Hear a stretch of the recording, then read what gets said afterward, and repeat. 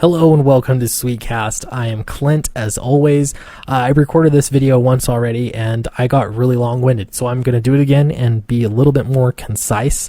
So I took a day off on Christmas just to spend some time with my family and have some fun, and I already got missing comic books and videos and all of this. So I traveled down the rabbit hole and looked at the videos, specifically in YouTube, and I think I have a little bit of an explanation as to why Marvel and DC and Image and other mainstream publishers are struggling so much with retaining readers and gaining new readers. So I found this interview. This is Eric Stevenson, and it was an interview it's called From the Gutters. It's a YouTube channel, and the interview was nice. The editing was nice. The video looked great.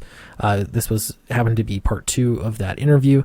And there were some big names in the comic book world of interviewers, or interviewees rather. But still, even though this video was published in 2013, and we're in 2018 now, this is 5 years old, it only has 637 views.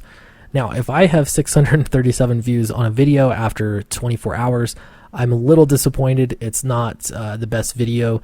It happens sometimes, and I could give them the benefit of the doubt, but I do think that this is a symptom of a larger issue.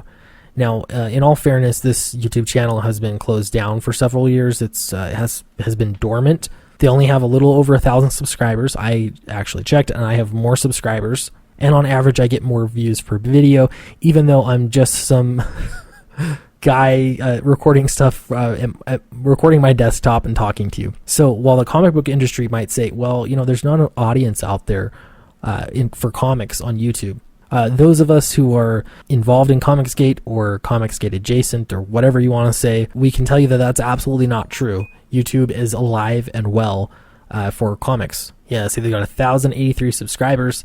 I should hopefully hit 2,000 subscribers in the next few weeks at the rate that I've been growing. And there are many other YouTube channels that are comics related, and they're growing really fast as well, and we are finding that there is an audience on YouTube that's interested in comics. So I decided to go out the other end of the spectrum. This is just comics. There's interviews, all sorts of things, comics related. CBR, they've got well over 1 million subscribers, but their views aren't great. You've got 3,000 views on their last video. It's been out 9 hours. 14,000 views, 19,000 views. You get the idea. Generally, there's going to be a range, and while with my small YouTube channel, I'd love to have 19,000 views, I've easily crushed 3,000 views with many of my videos. I'm not saying this to brag. I'm saying that there's just this basic interaction on social media, and yes, YouTube is a form of social media, and that interaction is massively important to getting in touch with your audience and making corrections when you're not giving them the stuff that they want to be watching. And if you can do that, if you can be in touch with your audience and give them what it is that they're looking for, then they will watch your videos. They'll interact with your videos, and it'll help your videos in the algorithms at large. Okay, so I'm about to be comparing a whole bunch of YouTube channels, views and subscribers, but before we do that, we need to look at market share, and I think this is important. These are the most recent numbers that I have. This is from August 2018. We're into December now, and I'm not sure how things have changed. My guess is that they haven't changed a whole lot. First is Marvel Comics with just over 40% of the market share. DC Entertainment is 27.51% of the market share. Next is Image Comics at 8.9%. IDW Publishing at 4.43%. Dark Horse at 3.05%, and so on and so on. Now, my argument is that Marvel, though they're at the top of the food chain here, they are absolutely partially responsible for the decline in comic book sales as a whole. And a big part of this is because they're not interested, or they don't understand how to capture new readership.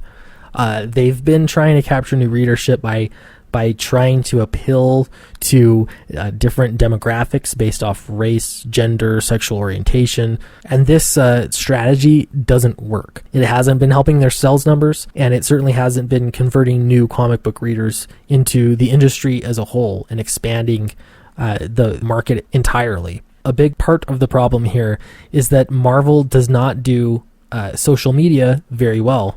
In today's day and age, social media absolutely does work. It can work very well, and YouTube is a part of that. Now, Marvel Entertainment has a whopping 10 million subscribers, which is impressive.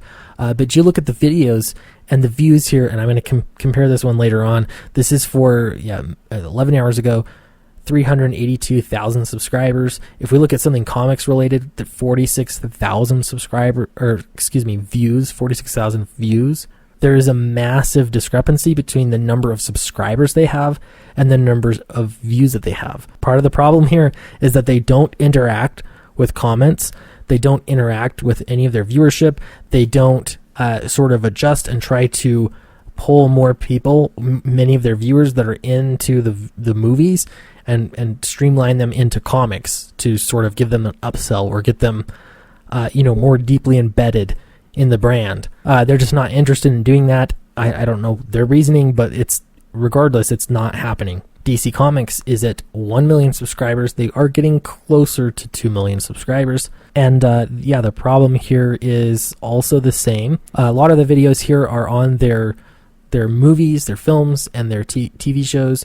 If we look at something that is comics related, here's one. We've got an interview with Scott Snyder on Batman Who Laughs. There's 18,000 views. This was a week ago. 18,000 views. Contrast that against close to 2 million subscribers. There's a discrepancy. They don't talk to people on YouTube. They aren't interacting with their fans on YouTube anyway. They're not utilizing this tool how they could be using it. Image Comics, we're going to take a big step down. Remember, they're the third in line. They're the third biggest dog as far as market share is concerned within Diamond Comics, or Diamond Distribution rather. And their last video looks like it's comic related. They have 92 views, and that was a week ago. Now I only have, we're getting close to 1,700 subscribers. And if I have 92 views on a video, I want to go lock myself in a room and cry myself to sleep. Those are not good numbers for views. Now, if you're a new YouTube channel and you're just getting started out and you're getting 92 views, that's great. When you're a channel that has been around so long and you're connected to a major comic book publisher, the third largest comic book publisher in the industry, 5,000 subscribers, and you only have 92 views on a video that's a week old, and you're seeing that this is a trend. Like their videos just don't get a lot of views. A big part of the problem here is interaction with viewers. It absolutely matters. IDW Publishing actually hides their subscriber count. I have no idea why, and it doesn't really matter. But again, you look at their videos. 1 month ago is the last upload that they had. That's a problem as far as YouTube is concerned, and they only have 655 views. If I have 655 views in the first, we'll say 8 hours, I'm a little disappointed. After 1 month having gone by, that would make me, I definitely would have failed with that video. Next is Dark Horse. They have 8,000 subscribers. This video, this is the Hellboy trailer. This is movie film franchise related. There's only 630 views on that video, and it was posted 6 days ago. So this is definitely a problem. Now, I hope I've painted a picture here. These are underutilized resources, and I realize that for a lot of these big publishers, they see this as a sign that there's just not much of an audience on YouTube for comics. They don't see it as a channel for reaching people who care and who are willing to convert to readers or even watch their videos or whatever it might be. Now let's contrast that. There's a ton of creators that I could show you. I just picked out a few. So I'm going to show you Doug TenNapel. He's approaching, he's pretty close on the heels of Dark Horse. He's got 7,500 subscribers. His views are respectable considering his subscribers. Remember, he's a much smaller channel than DC is. He's smaller than Image. He's smaller than Dark Horse. And I realize this isn't his only presence here. Let's look at his videos. He also is present on social media like Twitter, and he interacts with his fans. People know him well. He makes, I presume, a good living off of his comics. Here's something that comparable to the Hellboy trailer we saw 5 days ago. He has 1,000 views. Doug TenNapel talking with his father in this video, 20-minute video, gets more views than the Hellboy trailer that came out In fact, one day more, it was 6 days ago. So he's beating out a Dark Horse video. Jason Brubaker is not part of Comicsgate. I've watched some of his videos on the topic, and I would say that he's sympathetic to some of the principles for Comicsgate. I like his channel. I think he's a nice guy. Now, something he's doing, he's not only, 6 days ago, 1.2 thousand views. And again, this isn't a lot in the big picture, but he does interact really heavily with his fans, with people watching his videos and reading his books. He's getting at least consistent numbers. These are consistent views over time. They're consistent. Wow, 66,000 views on that one. So another thing that he's doing, and that successful comic book related YouTube channels are doing, is they branch outside of just buy my comic. It's not just an advertising platform for your new release. It's actually a place where he can give people something, and that's what they expect on YouTube. So he's got step-by-steps with coloring comics, with drawing comics, writing comics, everything. And in fact, he has a really, really helpful blog on the same kind of topics as well. He's crowdfunded his comics and done really well. I think every single one of them has been a 6-figure success. And he does it full time. He works from home, and between, I guess, this and some of his how-tos and his comic books, he's making a living. And he's doing it without Diamond Distribution as well. Comic Artist Pro Secrets, 88,000 subscribers. He's been growing really fast lately too, so I would not be surprised one bit if he breaks 100,000 in the year 2019. I'm sure it's going to happen. And the crazy thing here is, even just this video of him shopping, he's just shopping and buying pies and stuff. He's getting almost 6,000 views. It's only been up for a day. Almost 6,000 views on a video like that. Something comic related. This is a live stream. 4.5 thousand. This is very directly about comics. And then something else he's doing is videos on Star Wars.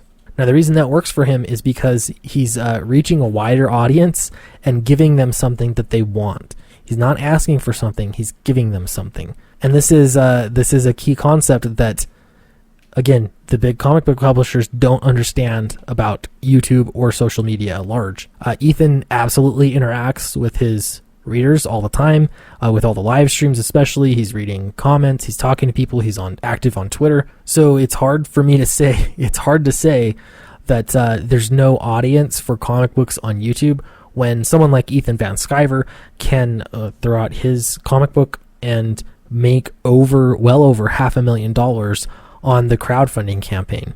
Marvel, DC, Image, they don't get YouTube. They don't understand how it works.